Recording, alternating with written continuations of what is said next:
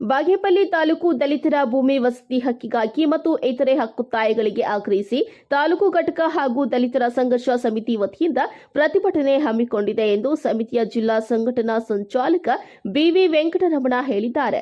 ಅವರು ತಾಲೂಕು ಪಂಚಾಯಿತಿ ಕಚೇರಿ ಮುಂದೆ ದಲಿತರ ಮೂಲಭೂತ ಸೌಲಭ್ಯಗಳಾದ ನೀರು, ನಿವೇಶನ, ಭೂಮಿ ಹಕ್ಕುಪತ್ರ ವಿತರಣೆ ಹಾಗೂ ಎಲ್ಲಾ ಗ್ರಾಮ ಪಂಚಾಯಿತಿಗಳಲ್ಲಿ ಅಂಬೇಡ್ಕರ್ ಭವನ ನಿರ್ಮಾಣ ಮಾಡಲು ಒತ್ತಾಯಿಸಿ ಪ್ರತಿಭಟನೆಯನ್ನ ಉದ್ದೇಶಿಸಿ ಮಾತನಾಡಿದ್ದಾರೆ.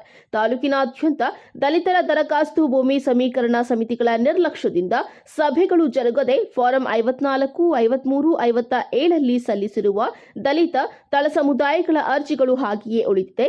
ಅವುಗಳಲ್ಲಿ ಜಿಪಿಎಸ್ ಮೂಲ ಉಳಿಮೆ ಮಾಡುತ್ತಿಲ್ಲ ಎಂದು ಹೇಳಿ ಸಾವಿರಾರು ಅರ್ಜಿಗಳನ್ನು ವಜಾಗೊಳಿಸಲಾಗಿದೆ. ಈ ಬಗ್ಗೆ ಸರ್ಕಾರವನ್ನ ಎಚ್ಚರಿಸಲು ಹಾಗೂ ದಲಿತರ ಭೂಮಿ ವಸತಿ ಹಕ್ಕಿಗಾಗಿ ಮತ್ತು ಇತರೆ ಹಕ್ಕೊತ್ತಾಯಗಳಿಗೆ ಆಗ್ರಹಿಸಿ ಹೋರಾಟ ಆಯೋಜಿಸಲಾಗಿದೆ ಎಂದು ಹೇಳಿದ್ದಾರೆ.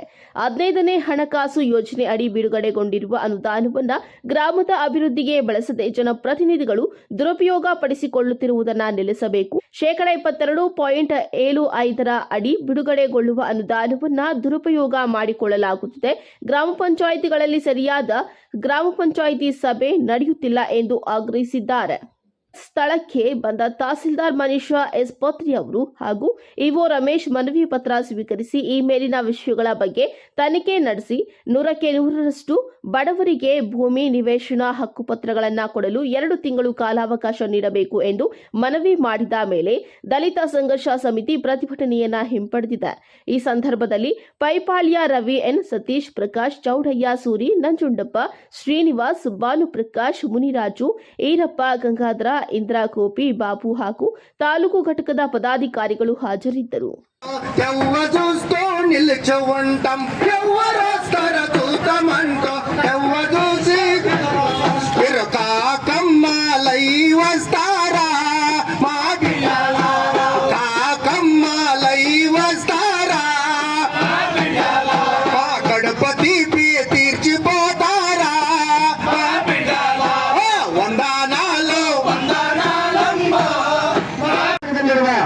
ಎಲ್ಲ ಗ್ರಾಮಗಳ ಪರಿಶಿಷ್ಟ ಜಾತಿ, ಪರಿಶಿಷ್ಟ ವರ್ಗ, ಹಿಂದುಳಿದ ವರ್ಗದ ನಿವಾಸನ ರಹಿತರಿಗೆ ಕೂಡಲೇ ಹಕ್ಕುಪತ್ರ ವಿತರಣೆ ಮತ್ತು ವಸತಿ ಸೌಲಭ್ಯ ಒದಗಿಸಬೇಕೆಂದು ತಮ್ಮಲ್ಲಿ ಮನವಿ ಮಾಡ್ತಾ ಈ ಮನವಿ ಪತ್ರವನ್ನ ಕೊಡ್ತಾ ಇದ್ದೀವಿ.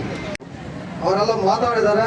ನೀವೇನಾದ್ರೂ ಈ ಸಮಸ್ಯೆಗಳು ಇತ್ಯರ್ಥ ಮಾಡಲಿಲ್ಲ ಅಂದ್ರೆ ನಾವು DC ಆಫೀಸ್ ಕಚೇರಿ ಮುಂದೆ ನಾವು ಧರಣಿ ಹಮ್ಮಿಕೊಂಡಿದ್ದೇವೆ. ದಯವಿಟ್ಟು ಕರಪತ್ರದಲ್ಲಿ ನೀವು ಕೊಟ್ಟಿರಿ ಮೇಡಮ್. ಇದು ಸ್ವಲ್ಪ ನಿಮಗೂ ಸಂಬಂಧ ಇದೆ, ನಿಮಗೂ ಸಂಬಂಧ ಇದೆ ಅಷ್ಟೇ. ದಯವಿಟ್ಟು ಇವೆಲ್ಲ ಸಮಸ್ಯೆಗಳು ಬಗೆಹರಿಸ್ತೀರಿ ಅಂತ ನಂಬಿಕೆ ಇಟ್ಟು ಇವತ್ತು ನೀವು ಮೆಮೊರಾಂಡಮ್ ಕೊಡ್ತಾ ಇದ್ದೀವಿ. ನಮ್ಮ ರಾಜ್ಯ ಸಂಚಾಲಕರು ರಾಜಾಕಾಂತರು ಮಾತಾಡಬೇಕು. ನಾನು ಕೊಟ್ಟಿದ್ದೀನಿ ಸರ್ಕಾರಕ್ಕೆ, ಬೇಕಾ ಬನ್ನಿ ಸರ್ಕಾರಕ್ಕೆ ಕೊಡ್ತೀವಿ. ನಿಮ್ಗೆ ಏನೇನು ಕಮ್ಯುನಿಕೇಶನ್ ಆಗಿ ಅನ್ನೋದು ಕೊಡ್ತೀನಿ, ಬನ್ನಿ ಅದು ತಿಳ್ಕೋಬೇಕು. ಈಗ ಬಾಗೇಪಲ್ಲಿ ಅಂಬೇಡ್ಕರ್ ಭವನ ಅಂದ್ರು, ನಾನು ಬಂದ ಮೇಲೆ ಇಲ್ಲಿ ಚಿಕ್ಕಬಳ್ಳಾಪುರದ ಫೈಲು ACS ಕ್ಯಾಬಿನೆಟ್ ಅಪ್ರೂವಲ್ ತಂದಿದ್ದೀನಿ. ಇನ್ನು ಇದಕ್ಕಿಂತ ಏನ್ ಮಾಡ್ಬೇಕು ಹೇಳಿ? ಕ್ಯಾಬಿನೆಟ್ ಅಲ್ಲಿ ನಾನು ಹೋಗಿ ಮೂವ್ ಮಾಡಿ ಅಂತ ಹೇಳಾಗ ನಮಗೆ ತಾಲೂಕು ಲೆವೆಲ್ ಆಫೀಸರ್ಸ್ ಅಧಿಕಾರ ಇರೋದ ಅದು ಅಷ್ಟಿಂದ ಬಂದಿಲ್ಲ ಅಂತ ಹೇಳ್ತಾರೆ. ನಾನು ಪರ್ಸನಲ್ ಆಗಿ ಓಡಾಡಿ ಇವತ್ತು ಕ್ಯಾಬಿನೆಟ್ ಅಪ್ರೂವಲ್ ಅಲ್ಲಿ ಇದೆ. ಯಾವುದು ನಮ್ಮ ಬಾಗೇಪಲ್ಲಿ ಅಂಬೇಡ್ಕರ್ ಭವನ ಜಾಗ ಹಸ್ತಾಂತರ ಮಾಡೋದು, ಇಷ್ಟು ವರ್ಕ್ ಮಾಡಿದೀವಿ. ಇನ್ನ ಪ್ರಿಯಾಂಕರ್ಗೆ ಸರ್ ಬಿಟ್ಟಿದ್ದು ಅದು ಜಾಗ ಅನುಮತಿ ಮಾಡೋದು, ಅದು ನಾವು ಮಿನಿಸ್ಟರ್ಗೆ ಹೇಳಕ್ಕಾಗತ್ತಾ? ಶಾಸಕರು 12 ಸತಿ, 1 ಸತಿ ಅಲ್ಲ 2 ಸತಿ 12 ಸತಿ ಆ ಫೈಲ್ ಇಂದ ಹೋಗಿದ್ದಾರೆ. ಬಟ್ ಇಲ್ಲಿವರೆಗೂ ಆಗಿಲ್ಲ.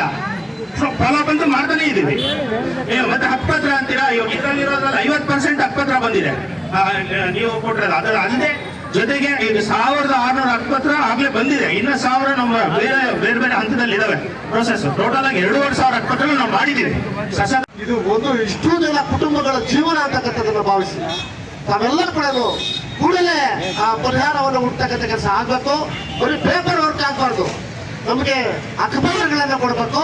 ಅವ್ರು ಕರ್ಕೊಂಡು ಭೂಮಿಯಲ್ಲಿ ಬಿಡ್ತಕ್ಕಂಥ ಕೆಲಸ ನೀವೆಲ್ಲ ಕೂಡ ಮಾಡಬೇಕು ಅಂತಕ್ಕಂಥ ಹೇಳ್ತಾ ನನಗೆ ಮಾತಾಡೋಕೆ ಅವಕಾಶ ಕೊಟ್ಟಂತ ಎಲ್ಲರಿಗೂ ಒಂದಿಷ್ಟು ನಾನು ಮಾತಾಡ ಮುಗಿಸ್ತಾ ಇದ್ವಿ. ಜಯಟಿ ವಂದನೆಗಳು.